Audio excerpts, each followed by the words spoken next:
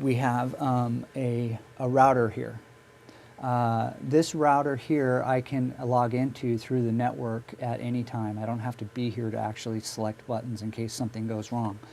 But however, we have pre-programmed them for the Tradition service so that, and lock them so that people aren't going to make a mistake of where things are going. So as long as you see these red ones, that means that we've done that on purpose and that's where they're going. So so don't be alarmed with that. There really shouldn't be anything that you have to do in this. This is going to be more detailed training.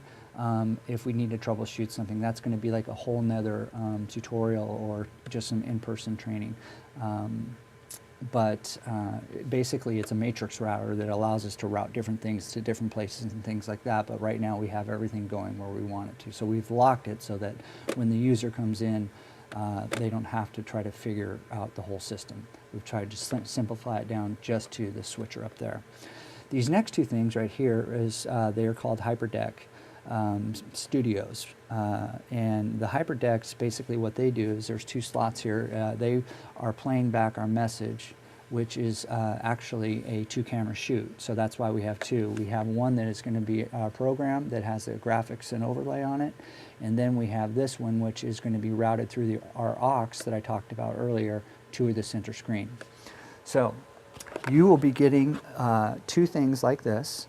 One will say sides, one will be center. They may not be in the right case, so don't freak out if they're not, or if they are, just put them in the right one.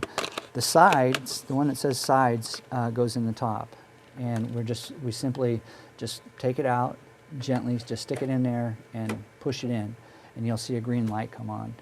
If you don't see a green light come on and you see it red, that's not a good sign, and what I would do is I would just pull it back out and I would try to reinsert it to make sure it's green. If you're still getting something red, then I would not try to take too much more time of that. I would contact me or Jake or somebody that may be able to help, because there may be a corrupted file or we may need to fix something. So then there's B. So as you can see, we have them listed 1A and 1B. So if they're correct, 1A is going to the top and B will go to the bottom. It's your secondary. So as you say, put them in, both of them went green.